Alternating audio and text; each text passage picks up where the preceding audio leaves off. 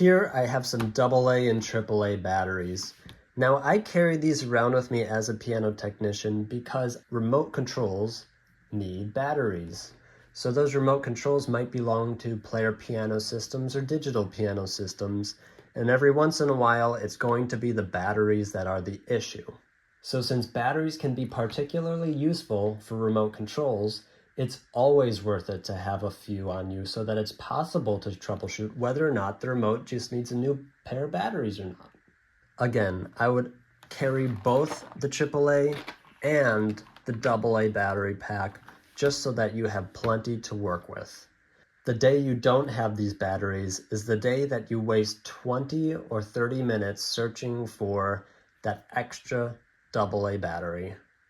Carrying these batteries has helped me at about a half dozen client appointments.